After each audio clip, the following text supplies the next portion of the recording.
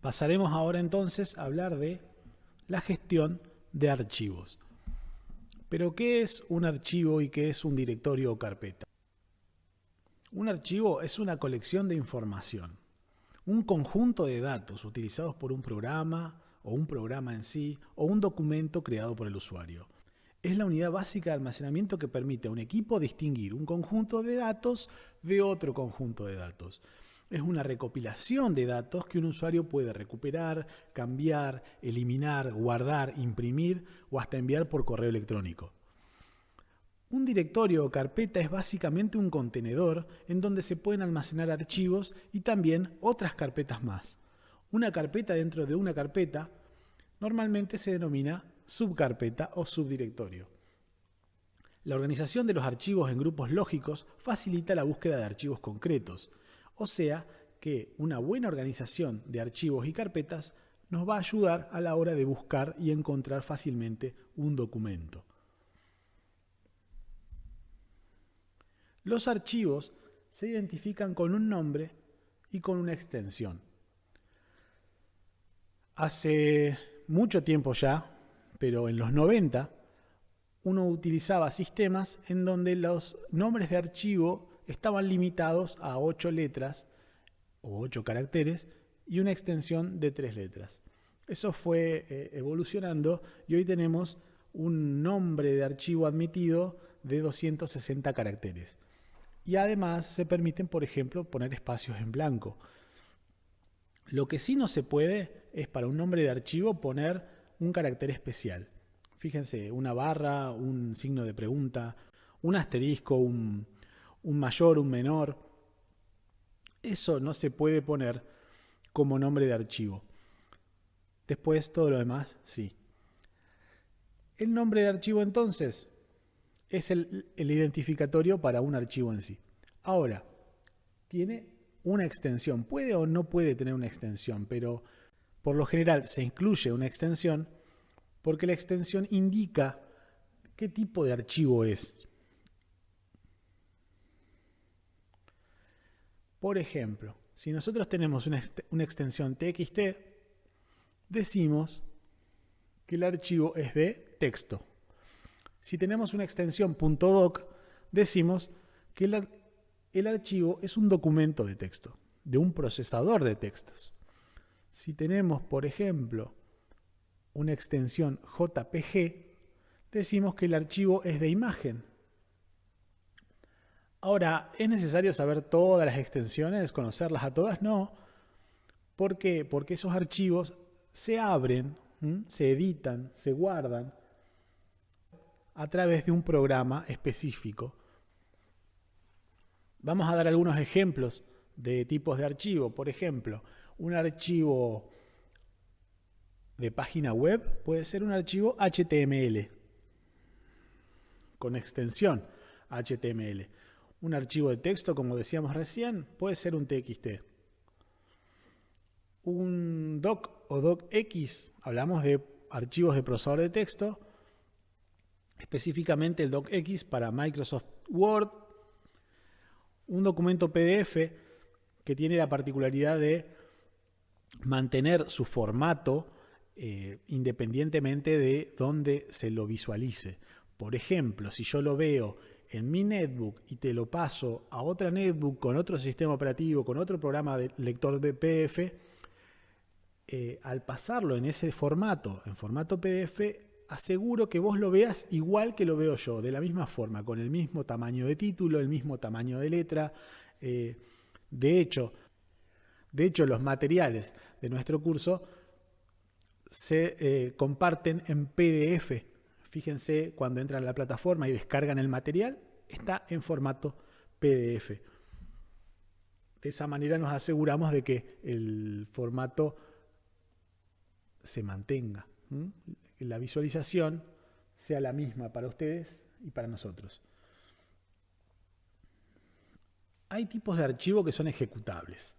Por ejemplo, los programas. Los programas tienen un archivo ejecutable tipo exe. Cuando uno ve un .exe, identifica a un programa. Y un archivo comprimido es algo de lo que vamos a hablar Un archivo comprimido permite, mediante un algoritmo que reacomoda los datos de manera de que queden compactos y ocupen menos espacio. Esto es muy interesante porque permite enviarlo a través de Internet de una manera más rápida. Otra característica interesante del archivo comprimido es que no solamente comprime un archivo, sino que puede comprimir varios e incluso puede comprimir una carpeta con subcarpetas y archivos dentro. Entonces, cuando se descomprime, se puede recrear la estructura de archivos y directorios o carpetas. Entonces, esa es una de las características principales del archivo comprimido, y por eso van a ver que muchas veces les envían archivos en formato zip. En formato zip, de zipeado, de comprimido. El zip es el zipper, un cierre. Es como que está todo dentro, reacomodado dentro de un solo archivo comprimido. Tenemos archivos gráficos o de tipo gráfico, por ejemplo el .gif, el .jpg o PNG. También archivos de sonido, como ser los MP3, los WAV, y archivos de video. Existen los AVI, los MPEG, los MP4, WMV, Windows Media Video y tantos otros. ¿Existen más? Sí, hay un montón. De hecho, ustedes pueden ahora nombrar algunos de los que conozcan. Vamos a acceder ahora a propiedades de archivo y propiedades de carpetas. Ustedes tienen ahí archivos en el escritorio, carpetas en el escritorio seguramente, o tal vez solo tengan accesos directos. Acá las propiedades van a variar dependiendo de si es un archivo o si es una carpeta. Son características o atributos que describen e identifican a un archivo o carpeta. Por ejemplo, si vamos a hacerle clic a un archivo y ponemos botón derecho, aparece el menú contextual, elegimos la opción Propiedades. Vamos a ver que las propiedades de un archivo son diferentes que las de una carpeta. ¿Qué hay? ¿Qué información nos da las propiedades de un archivo o las propiedades de una carpeta? Nos va a decir dónde está, nos va a decir qué nombre tiene el archivo, qué tipo de archivo es, qué tamaño tiene, qué tamaño ocupa en disco si es en Windows, qué fecha se modificó. Y esto es importante porque ahí vos ves cuándo se guardó por última vez y qué atributos puede llegar a tener. Si es un atributo oculto, ese archivo posiblemente no se vea en cualquier computadora, sino que va a estar oculto. Y si es de solo lectura, va a evitar la modificación, o sea, solo se va a poder leer ese archivo a menos que se le cambie el atributo. Si vemos las propiedades de una carpeta, también vamos a ver cuántos archivos tiene o contiene esa carpeta y cuántas subcarpetas, además del tamaño que ocupa en disco. Y como habíamos dicho, se puede poner atributos de solo lectura para que no se pueda eliminar o borrar o cambiar.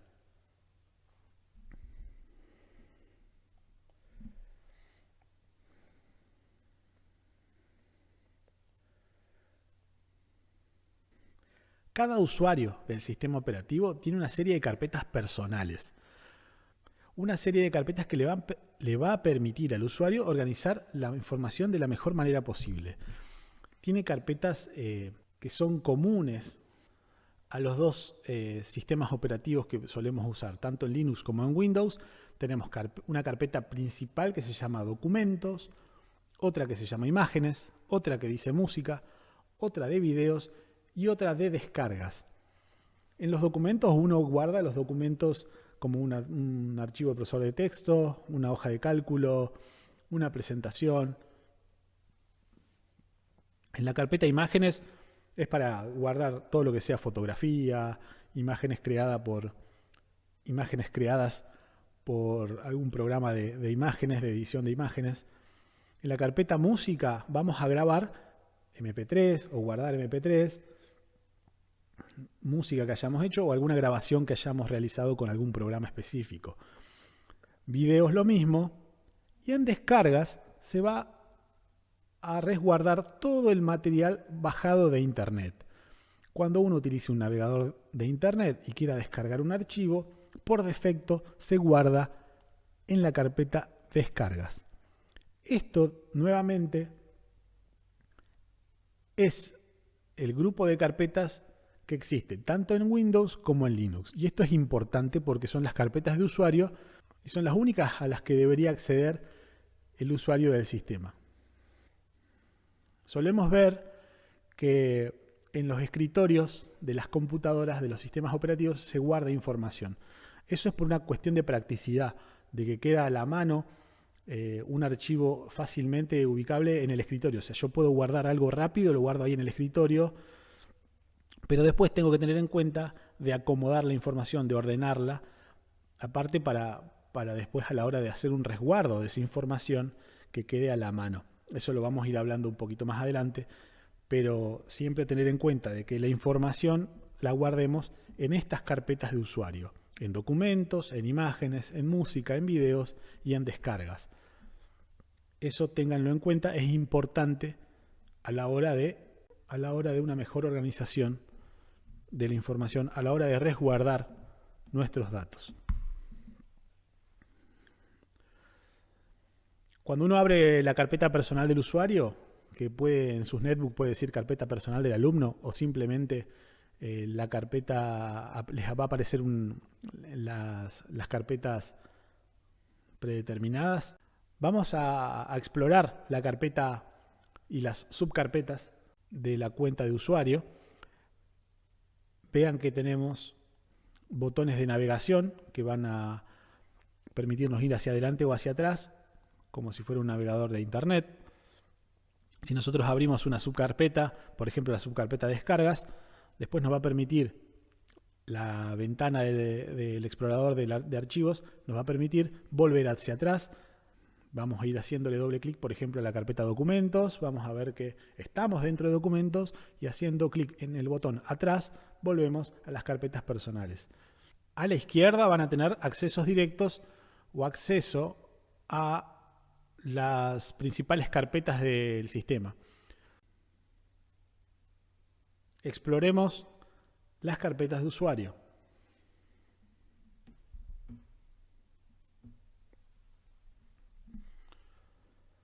¿Cómo creamos una carpeta nueva?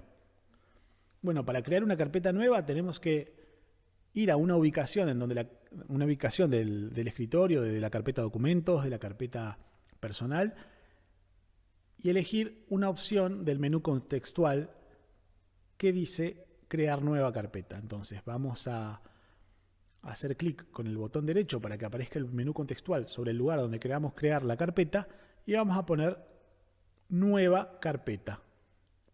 En Windows va a decir nueva carpeta y en Linux vamos a ver que seguramente la opción del menú contextual dice crear nueva carpeta o crear carpeta. La carpeta deberá tener un nombre. Ese nombre lo escribimos. Con el teclado escribimos el nombre y una vez que terminamos apretamos Enter. Así creamos una carpeta nueva.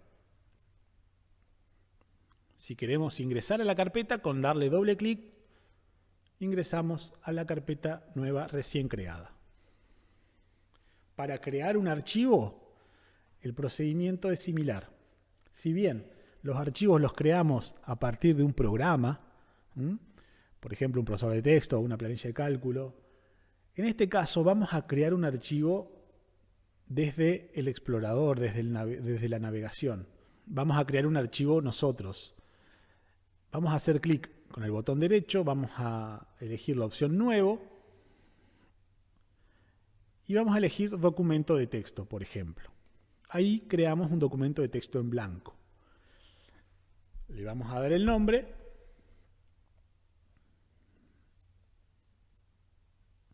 y ya creamos el documento nosotros. ¿Le podemos cambiar el nombre? Sí, podemos cambiarle el nombre haciendo clic con el botón derecho sobre el archivo o sobre la carpeta y vamos a elegir la opción renombrar o en este caso en Windows cambiar nombre. La opción cambiar nombre nos va a habilitar para empezar a escribir el nuevo nombre del archivo o carpeta. Una vez que terminamos de escribir, apretamos Enter y tenemos el cambio de nombre realizado. Vamos a practicar seleccionar varios archivos o varias carpetas. Para seleccionar varios archivos o varias carpetas, si los elementos son consecutivos, podemos marcar el primer elemento, presionamos Shift y hacemos clic en el último elemento que queremos seleccionar. Eso va a permitir agrupar la selección o seleccionar en grupo. Si los elementos no son consecutivos, marcamos el primer elemento, presionamos la tecla Control, y hacemos clic en cada elemento individual sin soltar la tecla Control para que se seleccionen. Así podremos entonces seleccionar en grupo o individualmente. Hablemos ahora de las funciones tal vez más difundidas de la computación. Cortar, copiar y pegar. Son instrucciones generadas en la interacción usuario-interfaz para las transferencias de textos, datos, archivos u objetos desde un lugar de origen a un lugar destino. Siempre entender esto, que primero hay que seleccionar qué cosa. Después hay que decirle un origen y hay que dar un destino.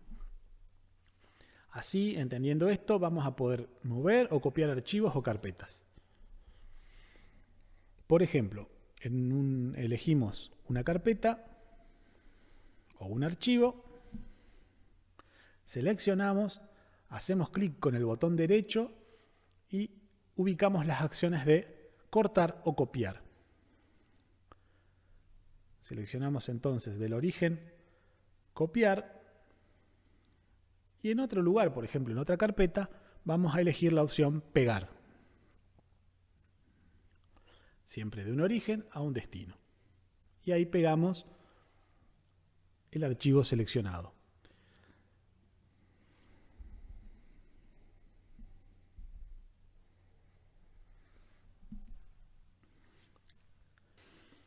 ¿Qué diferencia hay entre cortar y copiar?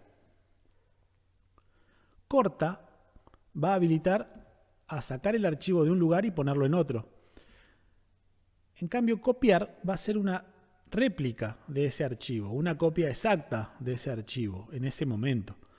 Entonces, si yo quiero mover un elemento del lugar, uso cortar. Y si yo quiero copiar o hacer una copia de ese archivo o elemento, uso la opción copiar. En ambos casos, siempre en el destino vamos a pegar. Para poder borrar un archivo o una carpeta, tendremos que elegirlo. Seleccionamos el archivo a borrar y hacemos clic con el botón derecho para que aparezca el menú contextual. Una vez que aparece el menú contextual, podremos elegir la opción eliminar. Esa opción elimina el archivo seleccionado. Lo mismo para una carpeta. Elegimos la carpeta, botón derecho sobre la carpeta, menú contextual, elegimos la opción eliminar o suprimir. También, eligiendo el archivo y apretando la tecla suprimir del teclado, manda el archivo a la papelera, o sea, lo borra.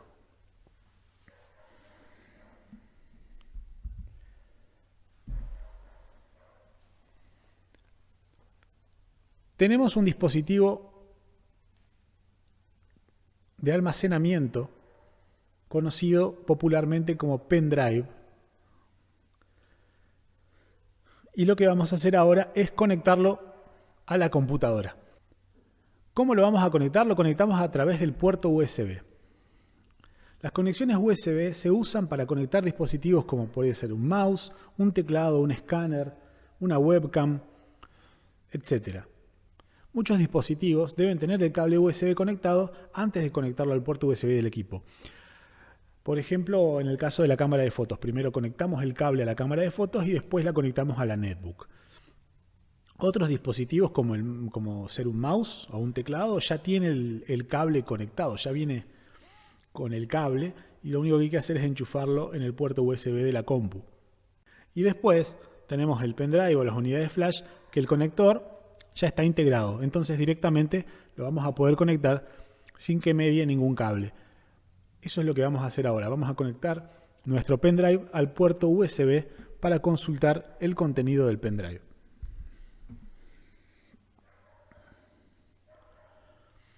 Vamos a conectarlo al puerto USB y vamos a esperar unos instantes, un ratito. El sistema operativo va a pasar a reconocer el dispositivo que conectamos. Va a detectar que es un pendrive y va a aparecer una opción, un cuadro de diálogo en realidad, en los que nos va a preguntar qué vamos a hacer, qué queremos hacer con lo que conectamos. En Windows va a aparecer abrir carpeta para ver los archivos. En Linux, con conectar el pendrive, esperar unos segundos, unos instantes, y vamos a ver que automáticamente lo reconoce y nos abre la ventana del pendrive.